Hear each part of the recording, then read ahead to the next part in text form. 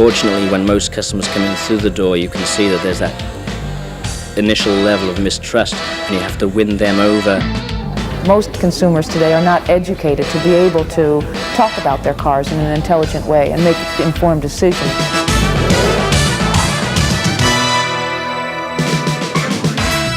Motoring 92 is brought to you by Quaker State. Quaker State, one tough motor oil. The service department, the mere thought of having to visit one can send shivers up the spines of most of us. But why is that? And why do some service departments have such bad images? And is that image changing? Well, we're going to try and find out this week on Motoring 92.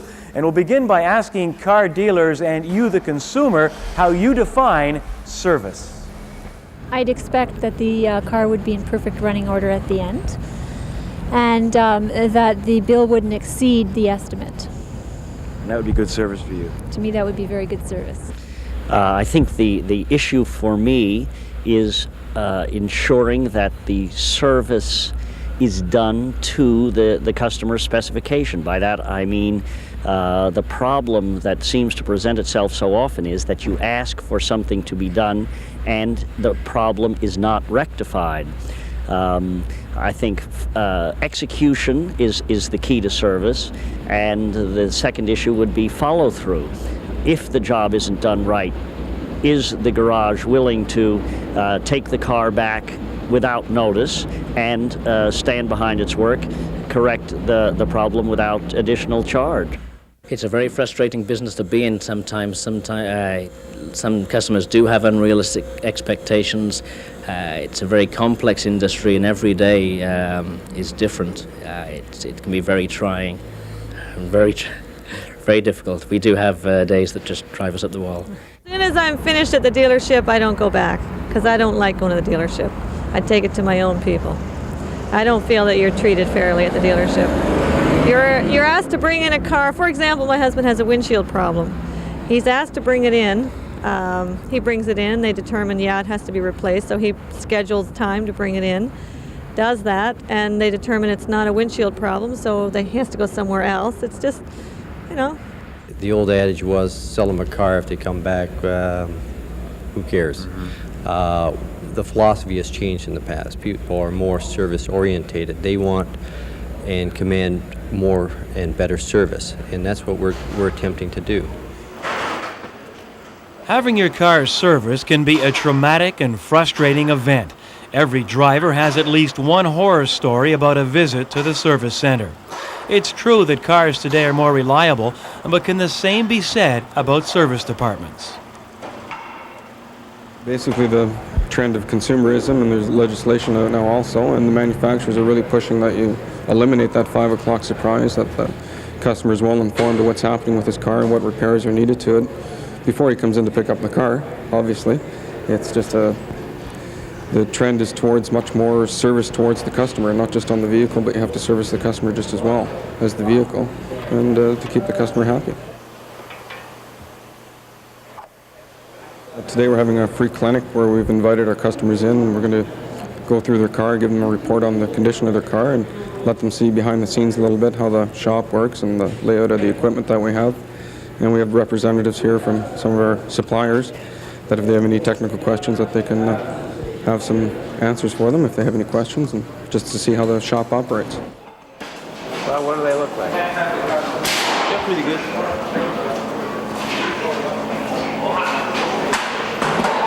How many more kilometers do they get out of it?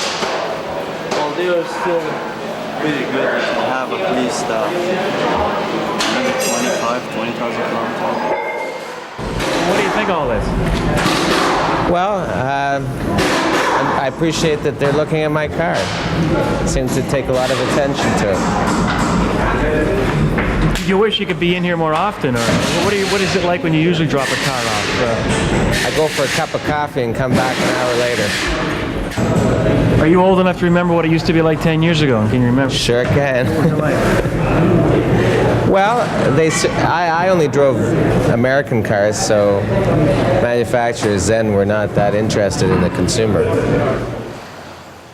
On behalf of the staff and management, of Addison Bay, I would like to welcome you tonight to our Customer Appreciation Evening. Tonight I would like to talk to you with regards to total car care. Basically, we call it Customer Appreciation Night. We started in early '92, January. And what it is we're trying to reintroduce the customer back to the dealership. We found through experience that, a customer buys a new car, he signs his deal, he's very excited about the whole thing, and he's not listening to what the warranties are about or what the features of the car. So we let him get over that period, we bring him back into the dealership, and we reintroduce him.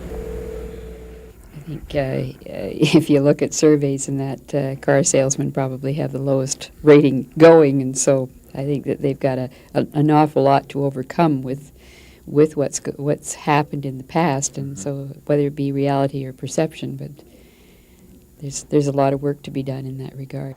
And actually, I have to drop that other thing over to Joe next week. I promised that. Or if you drop it off to Joe, and it's between 8 and 5, I'm here and I can just do it up for you right then. Okay, thanks. Okay? We just try to take out all the questions they may get into later on with their vehicle. We'll discuss options, or if they have questions about options, we can address them. And if they have the vehicle here, we'll go over the vehicle with them now. We just want to answer as many questions as we can for them if they have any, and really get them familiar with the dealership.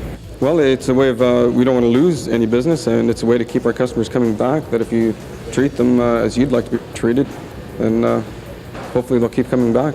And nowadays you really have to go that extra little distance to keep people coming back. You can't afford to have people go away.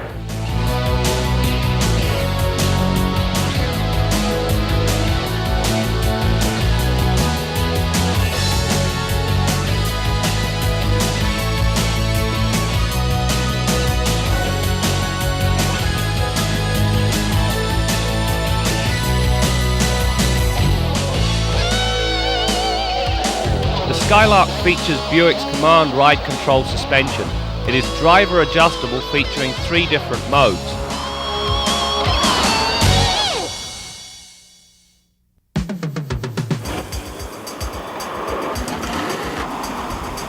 Test Drive with Graham Fletcher. This week on Test Drive, we look at the Buick Skylark. Now, this is one of GM's N bodies, and along with the Oldsmobile Achiever and Pontiac Grand Am, all 3 have been totally reworked and restyled for 1992. Buick designers suggest that new Skylark's styling will attract younger buyers into their showrooms. That may well be true because the rear 3/4 and side profiles are actually quite attractive. But the front end, well, that's another thing. It reminded me of Pinocchio's nose because it seemed to grow, and I don't mean on you. Inside, the Skylark is tastefully attired, and the larger dimensions make the car seem relatively roomy. Especially in the rear, where you'll find reasonable headroom and generous legroom. The rear seat will accommodate 2 in comfort. GM get a gold star for the handy dual coffee cup holders back there. Up front, the passengers are treated to a set of well-contoured and comfortable seats. The instrumentation is complete and analog, the only problem being that because of the width, the 2 gauges at the extremities are hidden by the steering wheel rim. Aside from that, no complaints. GM get a second gold star for dispensing with their overly complicated smart stalk in favour of 2 separate stalks, one for the lights and turn signals, the other for the wiper functions. The centre section of the dash is dominated by the radio and climate controls. The latter, despite being of the rotary variety, are easy to operate and fall readily to hand. The trunk on the Skylark is huge for a car of this size. It features a nice low liftover, and the 60-40 split folding rear seats improve versatility. The fact that there is no security lock for either the seat backs or the trunk release disappointed me. The Skylark features Buick's Command Ride Control suspension. It is driver adjustable, featuring 3 different modes. On the skid pad, the soft mode proved to be far too soft. The auto mode took too long to change from soft to firm. By the time it does change, the reason for the change is long gone. The firm mode, however, is near perfect. It is comfortable and compliant whilst managing to provide controlled handling. The soft mode, however, is not without its uses because with 3 or 4 adults in the car, it does help the highway ride. One of the things on the Skylark that bothered me was the fact they've mounted the seatbelt right to the door frame. Now what that does, it increases the width of the B-pillar such that it introduces quite a large blind spot. The other thing that several people asked me about was what happens if the door bursts open in the event of an accident. You've lost the seatbelt to retain you. Well, GM have addressed that particular situation by adding this little piece of hardware. It's designed to stop the door from bursting open in a frontal impact. Under the hood is a new engine dubbed the Quad 4 overhead cam, one of GM's Quad 4 motors. During the design process, they managed to dump the EGR valve and PCV valve and added direct ignition. The result is that aside from fuel, oil and air filters and the odd set of spark plugs, there is no maintenance required for the first 100,000 miles. Power output is rated at 120 horses and 140 pounds-feet of torque. Reasonable numbers that mean reasonable performance. On the skid pad we required 10 seconds to reach the 100k mark. Out on the road the engine has a tendency to become noisy when operated above 3000 RPM, which unfortunately means it's noisy most of the time. Matched with this engine is a 3-speed automatic. The shifts are always smooth and well coordinated. Stopping power is supplied by GM's own Delco ABS 6 system. As I mentioned during the Saturn test, this system works extremely well. Throw the anchor out and the vehicle stops in a very respectable 117 feet from 80k. The pedal has a good feel and during some very wet weather, the system ensured stable stops. Even when I was forced to jump on the binders mid-corner, the car behaved itself very well. My pet peeve on the Skylark is a very simple one, but it's the type that gets under your skin right from the word go. This car features automatic door locks. And unlike most systems, when you return back to park, it doesn't unlock the door locks. Now picture this for a scenario. You get into the car, start it up, put it into drive, and remember you've forgotten something. Back into park, you got to get out, nothing happens. You've got to manually unlock the doors. Now why they adopted that strategy is beyond me. It's dumb. Anyway, now to the scoreboard for a rundown on the 1992 Buick Skylark. The new 120-horse Quad OHC engine provides reasonable performance for the most part, but anyone taking a serious look at this car should invest in the wonderful 3300 V6 offered. For the record, we required 10 seconds to accelerate to 100 kilometers an hour. The driver-adjustable Grand Touring suspension gives the Skylark superior handling characteristics. Generally speaking, the soft and auto modes are redundant, primarily because the firm mode is so good. The standard Delco ABS 6 system employed on the car provided flawless stops on demand. The pedal is easy to modulate, meaning you can derive the best effort from the brakes without actually activating the anti-lock system. For a compact car, the Skylark provides a high degree of comfort. The only item that upsets the apple cart is the amount of engine noise during hard acceleration. We averaged a commendable 28 miles per gallon or 10 litres per 100 kilometers during the test. The high and low figures were 35 miles per gallon and 21 miles per gallon respectively. The new Skylark represents a marked improvement over its predecessor. It's roomier, more comfortable, boasts better handling characteristics, and when equipped with a 3300 V6 is a real mover.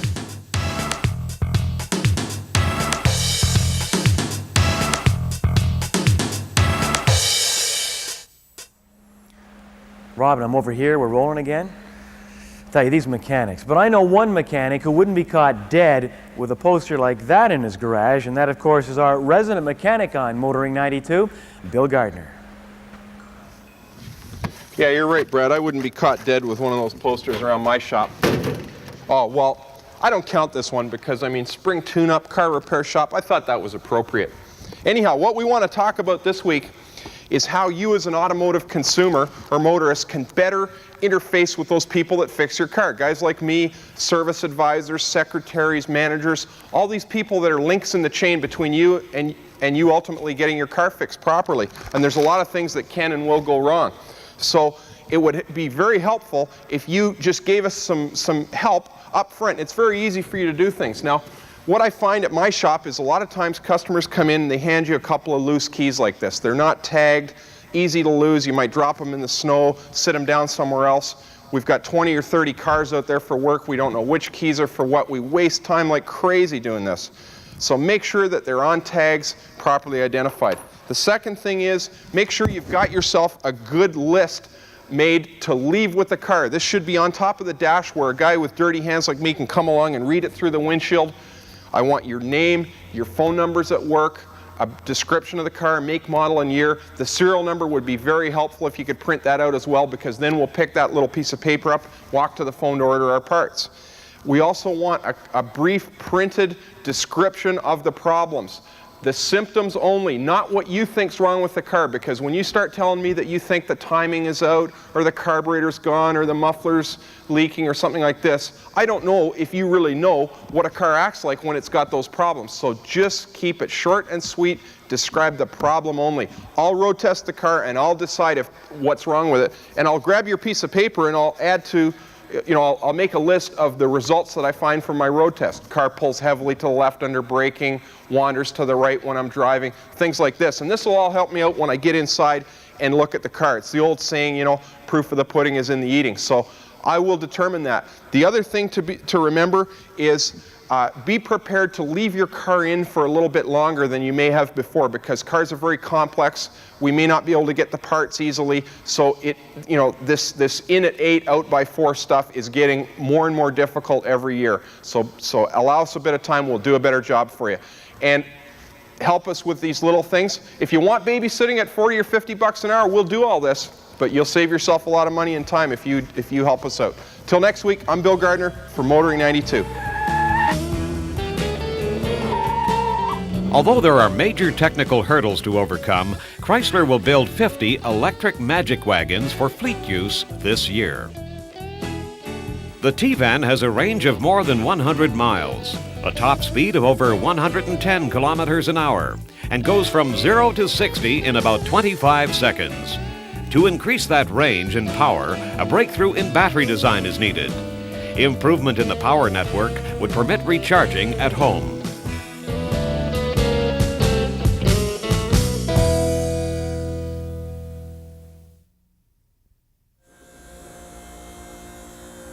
Earlier we saw how car dealers are trying to improve their service departments, but yet surveys over the years have shown that women do not always get the same respect as men do when buying or servicing a car.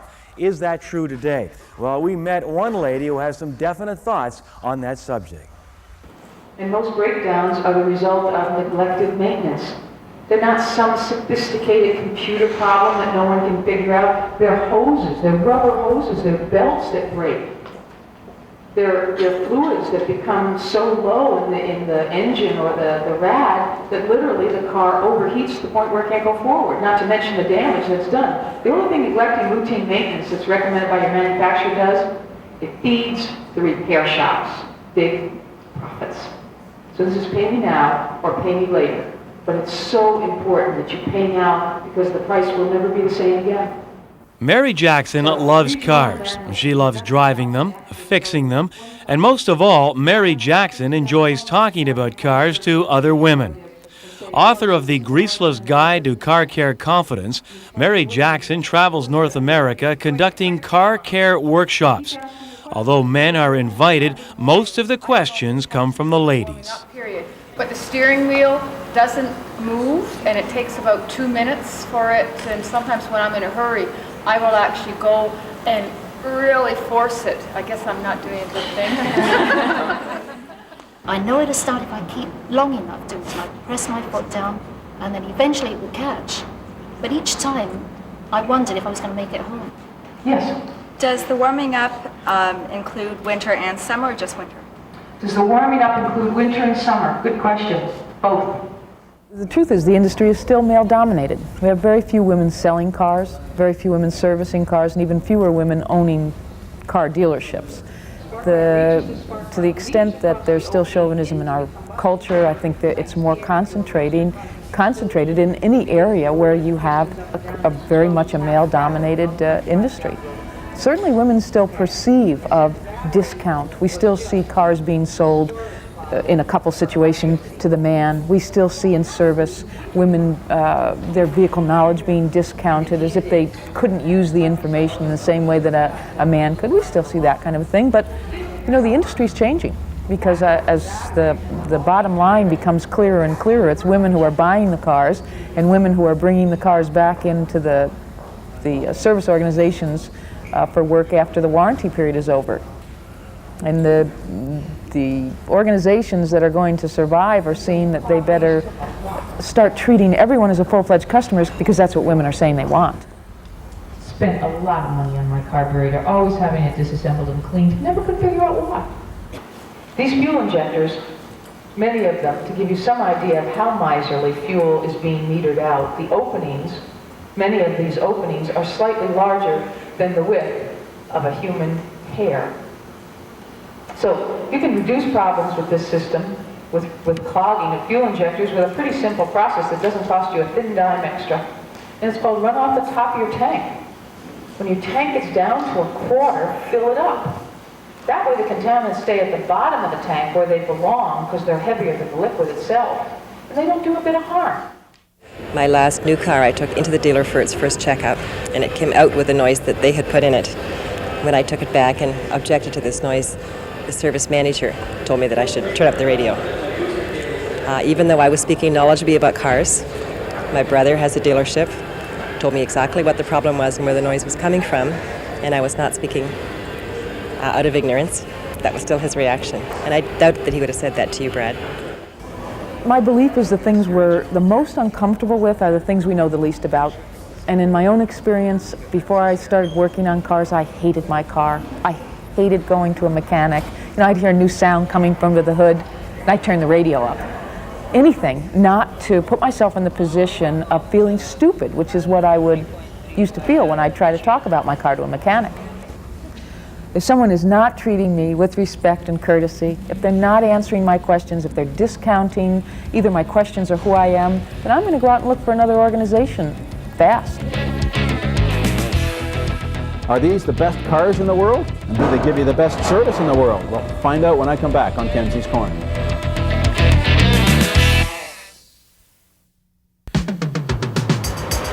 Kenzie's Corner with Jim Kenzie. There was a time when this symbol was magic in the car business. Mercedes-Benz didn't really have to sell their cars, just put them out on the lot and people came from miles around lusting after them. But increased competition, particularly from the Japanese, has changed all that. The European car manufacturers have had to rethink the luxury car business, and one response has been a service facility like the one we've seen here today, easily the most modern in Canada. It features things like computerized scheduling of the cars and even this quality control area where every service car is examined by an independent technician. But you know, this current interest in customer service in the car business kind of mystifies me. And what else is a business in business for if it's not to service customers? And yet some car companies seem to think this is a brand new concept. But if the dealership that you're dealing with doesn't give you good customer service, you can take some comfort in knowing that there's a hungrier dealer just down the road who will. Ain't competition great? I'm Jim Kenzie. Oh, by the way, is my car ready? We're going to end the program this week with a real treat.